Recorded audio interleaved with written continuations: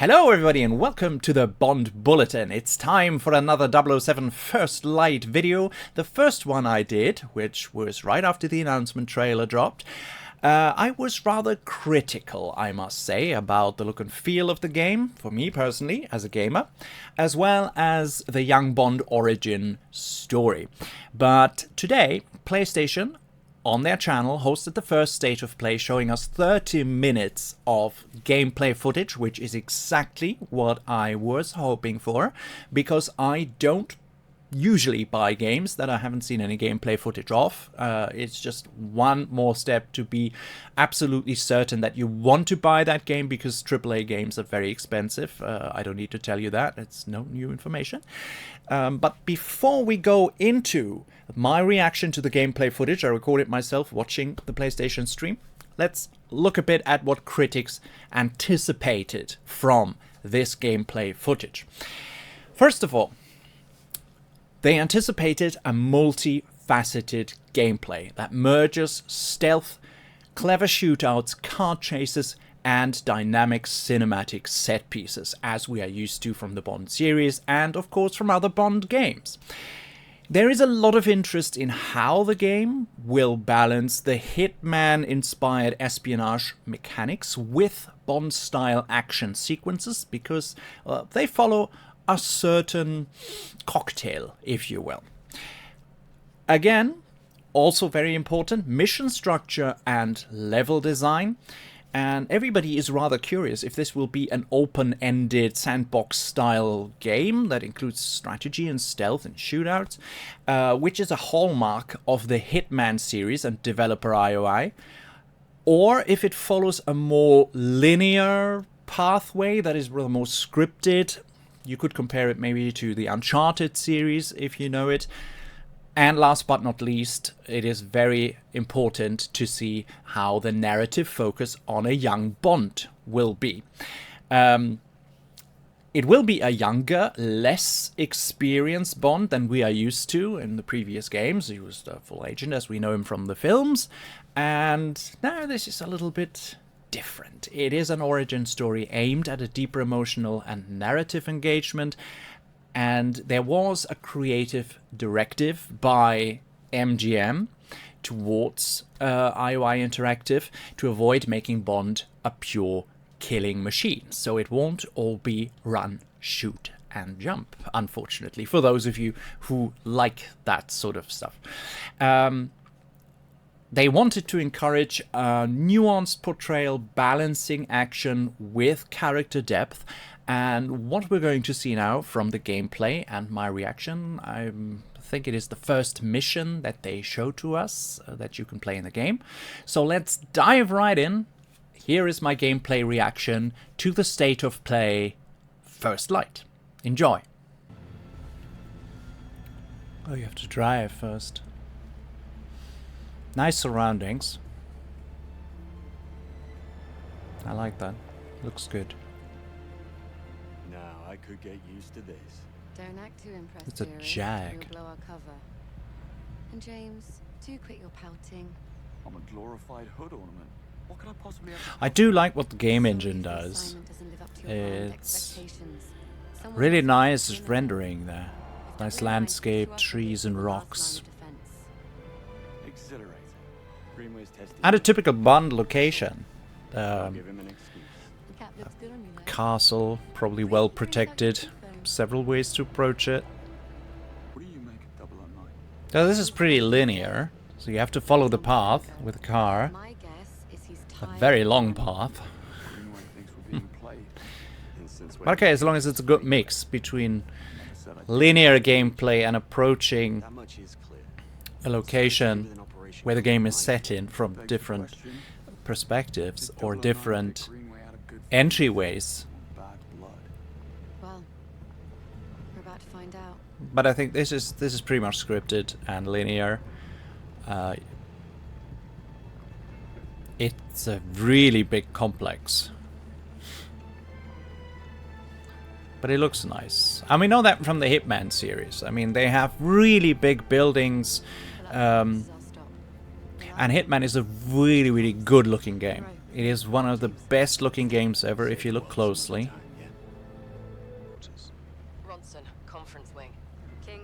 First floor suites. Ronson. Bond. Ronson is a character from Skyfall, if you remember. Parking lot. In position. He died at the beginning of Skyfall. Spoiler alert. Ah, so Bond is the driver. Okay. And he's in disguise as a driver. Hitman also was a lot about disguises. You can take costumes from, like here, a valet or butler or parking attendant, security guard, whatever. So maybe the game is showing you options here. I like that. It's like an indirect hint.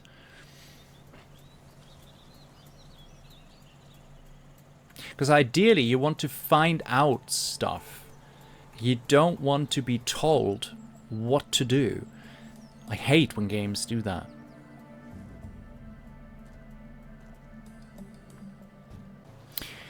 The setup is pretty much like Hitman. Because there are a lot of people in the Hitman levels. People standing around. There are also big parties in big locations, and you can listen in on several conversations that give you a hint on what to do next. Or they open a side mission. I didn't see that here now, but the mission is still infiltrate the hotel and investigate the bellhop. So what's he doing now? Okay, he's distracting the security guard. He goes to investigate. Okay, entering a restricted area. This is pretty much like Hitman. You have a circle around you, so that tells you if people can see you or where people can see you. You have a little indicator where an, let's say, enemy is, or a security guard, whatever. Okay, sets the leaves on fire. Let's see. Of course, nobody saw that. What is... Okay, he didn't see that. Yeah.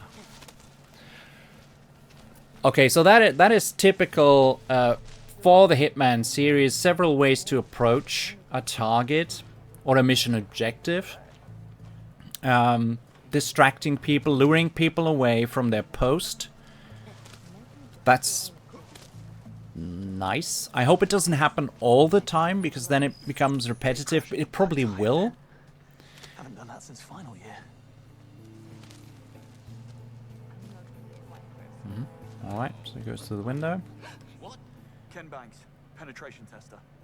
I need to have a stern word with your manager. Good to have you on the team. Okay. Penetration tester. This guy better be I wouldn't call that a classic Bond line. If you want, you can see something dirty in there. It's a very lush setting, which we're used to from the Hitman games. Let's see what all the fuss is about. And I really adored that. Okay, it's a chess game. There's Greenway.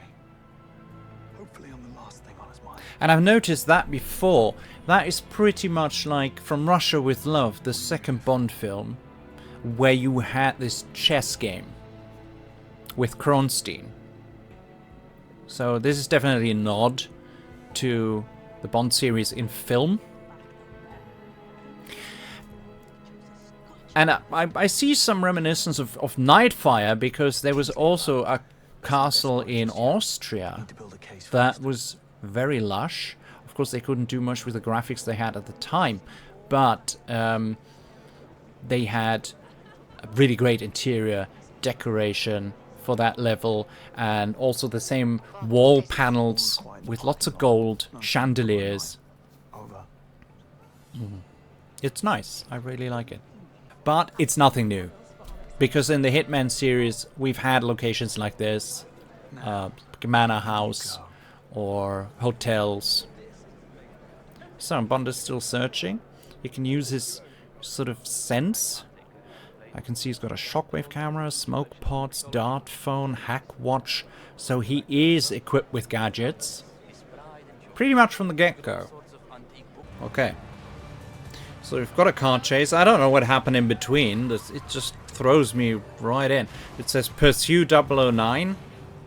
That's the car. Okay, probably it doesn't show all of it. It's okay. Crashing through stuff is, of course, yeah, Bond's specialty. Looks nice. I don't like the blur effect, though. I always hate blur effects. But there's probably an option to turn it off.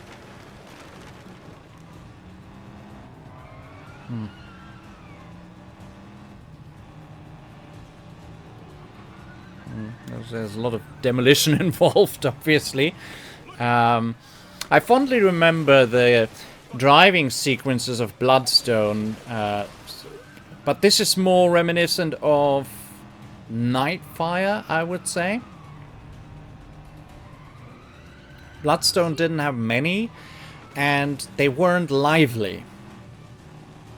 This is rather lively. It's with graphics that remind me of Forza Horizon, and you can go cross country. That's nice.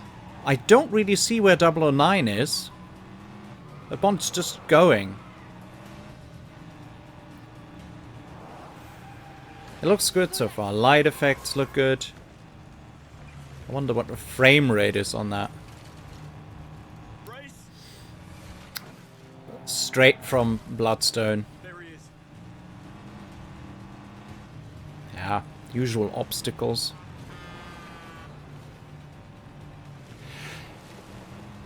It's very much like the driving level in Bloodstone, the first one. There are obstacles getting in your way, but easy enough that you don't have to do this 10 times on the first mission. I mean, that would be frustrating. Yeah, typical Bond thing to do. I wonder if you get points for that. It's nice, because that's something in Hitman you can't do. You can't actually drive cars. I don't know if that would be an improvement on the gameplay. That's not what Hitman is about. Hitman is pure infiltration and stealth, and killing missions.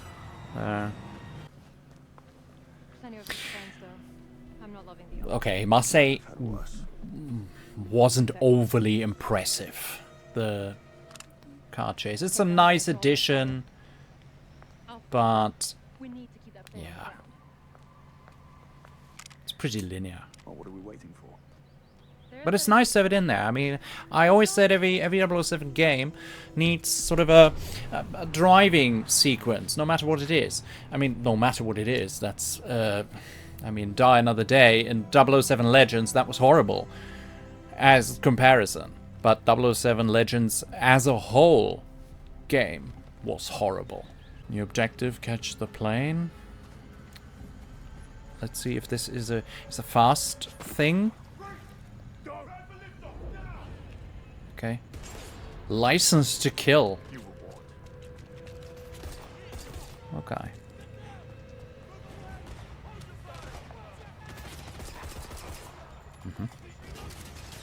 Looks good. Shoot the barrels. Yes. That's what you do.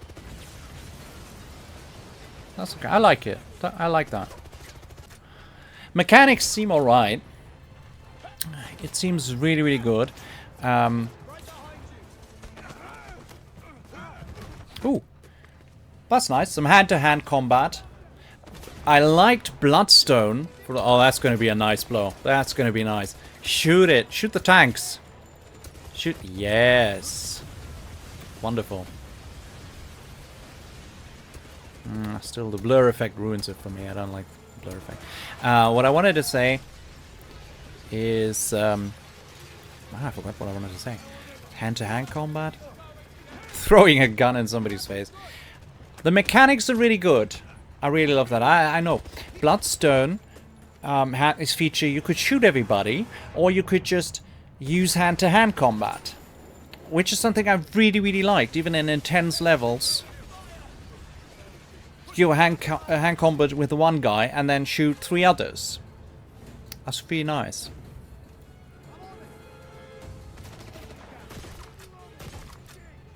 Shotgun. Good choice of weapons. Wow. Okay. There's a Range Rover product placement, obviously.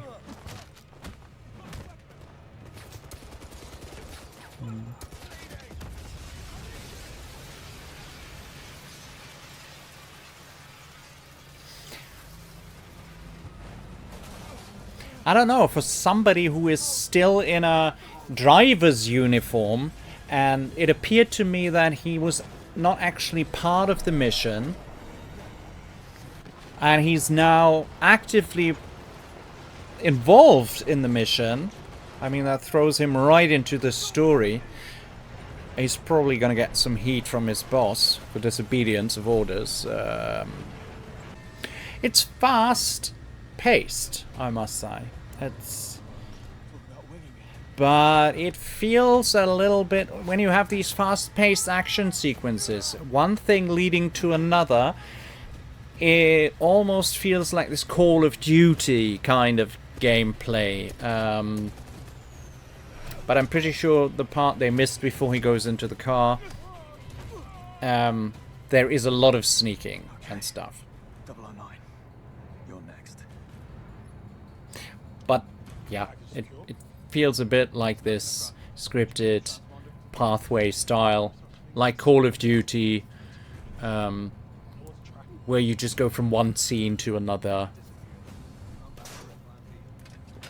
But okay, that's not even criticism, because I played all of the Call of Duties and I immensely enjoyed every single one. So if I could access the flight control system. What I hope is that this will not be just a 5-hour game, you know? But when you start playing and you're a really, really good gamer, that you play through it within the day. That would be my worst nightmare. Because I like to have challenges, and I like to spend at least a couple of weeks on a game, which doesn't always happen.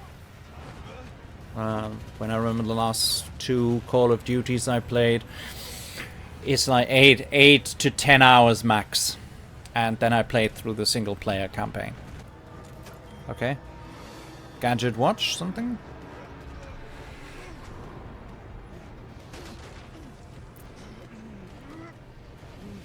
Reminds me a bit of Die Another Day. It's a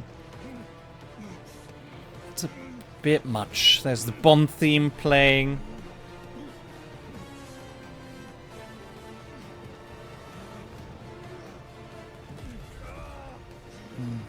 Music doesn't sound too good. The overall quality of the music.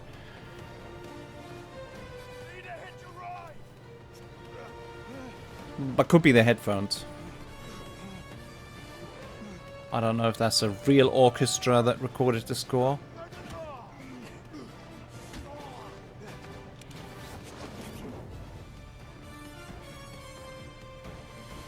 It's quite a lot happening.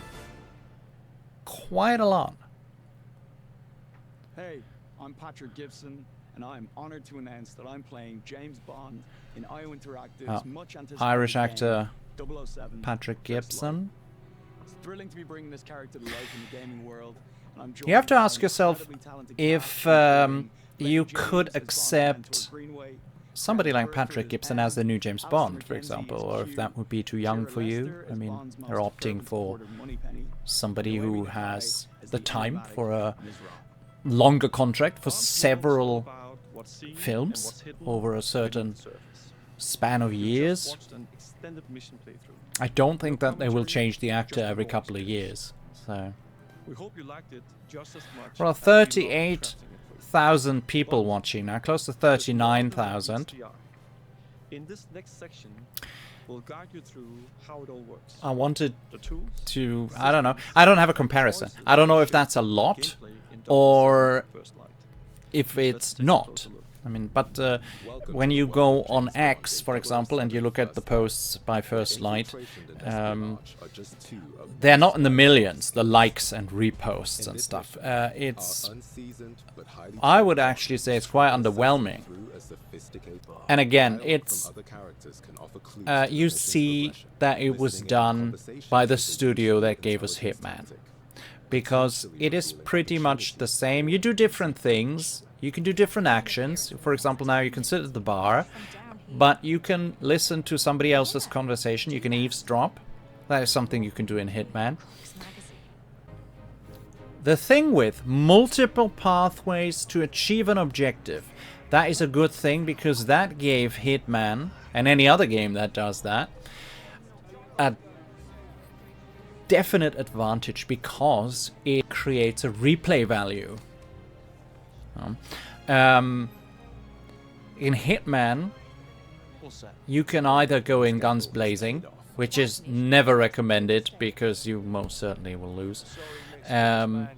You can sneak your way in left or right, or I mean, and these levels are really big. They are really, really huge, and there are so many people in those scenes. And it is the same here. I mean, at least 3 security guards. There are tons of others, and it's good to approach a scene from different pathways, as they said. I like that.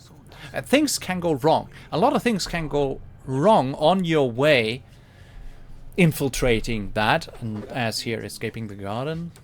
And he's probably gonna knock him out now. Yeah. If you expect something like Nightfire, Everything or Nothing, or Bloodstone, this probably is not for you.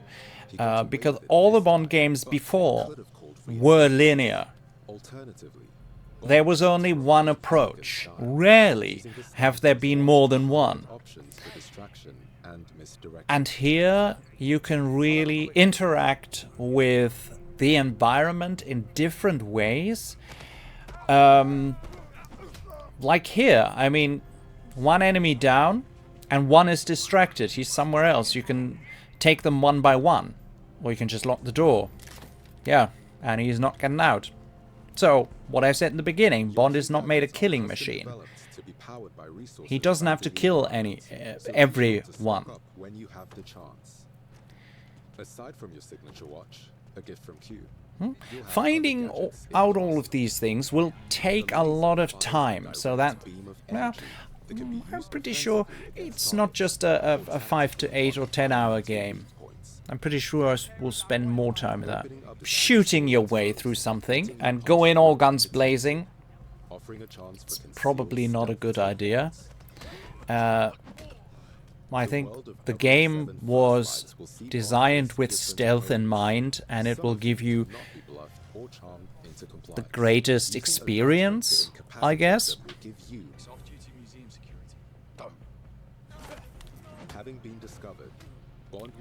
Okay, so not everybody will believe when you're lying, or when you're trying to bluff your way out of a situation. That's quite clever.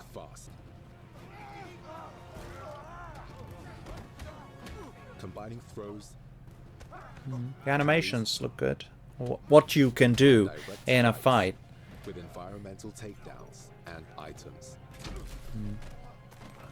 I love when you can use the whole scene with the environment to your advantage. I really like that. You pick up things, throw them to lure them away or disable them. I really like that. Previously you were rewarded with Bond moves, like shooting a chandelier and with that disabling 3, 4, 5 enemies. But doing that on a constant basis feels natural, because Bond also in the films uses the environment to his advantage.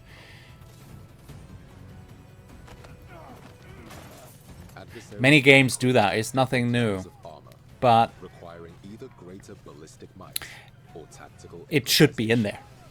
To support him in challenging situations, Bond can use his own instincts. Okay, so you have a Bond instinct. This mode will help. It looks like fun, really. You don't need to show me more. I will buy it. And I've always said, if there's Bond on the packet, I will buy it. It just depends. There were some things that I liked and some things that I didn't like. Falling out of the airplane, grabbing the parachute. I didn't like the music in there. I didn't like the animation. As I say, it depends on frame rate, and yeah, ultimately it comes down to that.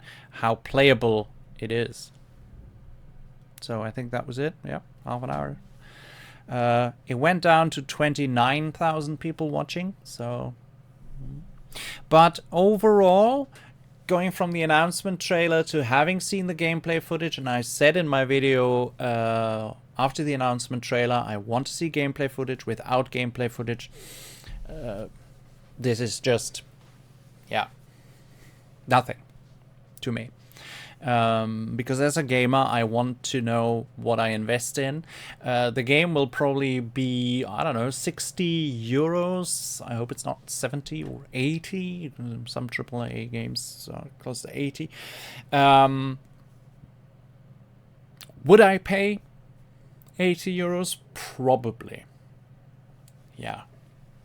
I would like it more if it's a little bit less. But I will not wait for the discount on that, on Steam or whatever, when it comes out. I don't have a PlayStation, so I will play on PC.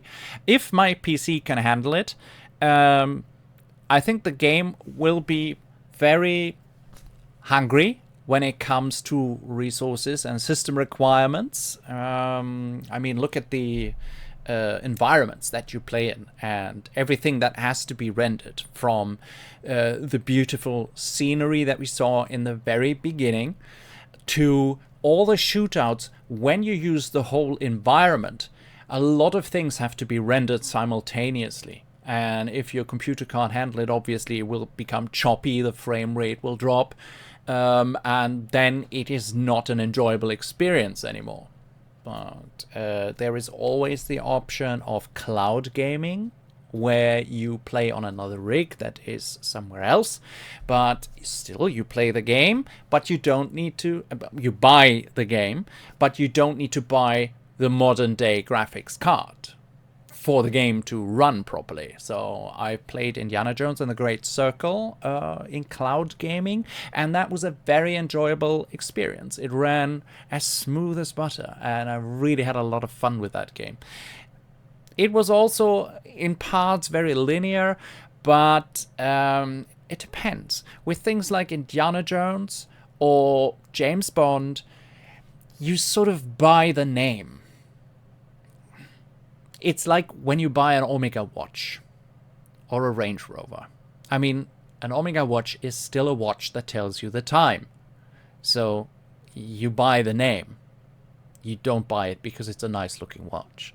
There are other nice looking watches that cost a lot less than an Omega. So you can't tell me it's because of the look of the watch or whatever, or because Bond wore it. Well, but the point I want to make is, usually I buy everything that has Bond on the packet. Yes, I even bought 007 Legends and regretted it multiple times. And that's why I'm critical sometimes.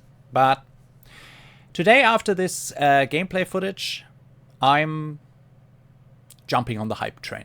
Yeah, bring it on. First Light. Can't wait to play it. I think it's going to be a great experience. It's going to be a lot like Hitman, but that's because it comes from the developing studio that brought us Hitman.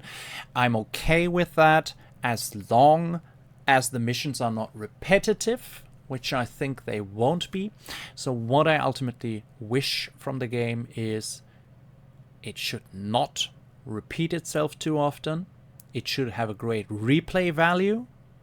should be entertaining in both visuals, sound effects, and music. I hope music improves a bit more. It sounded like a digital orchestra. And when you remember, Bloodstone had a really great orchestra soundtrack composed by Richard Jacques.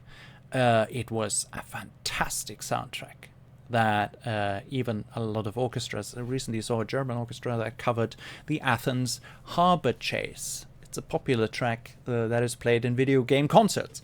So if you want to achieve that, bring in a big orchestra and make us feel the Bond experience. And that is also achieved in great parts with the music. I mean, the James Bond theme is one of the most iconic film themes in history.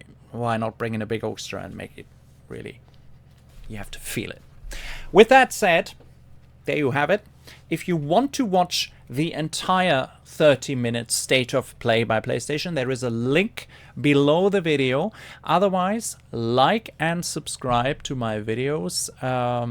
There will be a lot more coming in October. There will be a celebration of 30 years of GoldenEye, the James Bond film of 1995 that changed everything for the Bond series. And my dear friend and composer and game creator Yannick Zenhuisen will speak to me in 5 episodes, and we will dissect the film GoldenEye, as well as some of the filming locations, the action, the cast and characters, and there will be some things in there you probably don't expect, and definitely an interview you do not want to miss.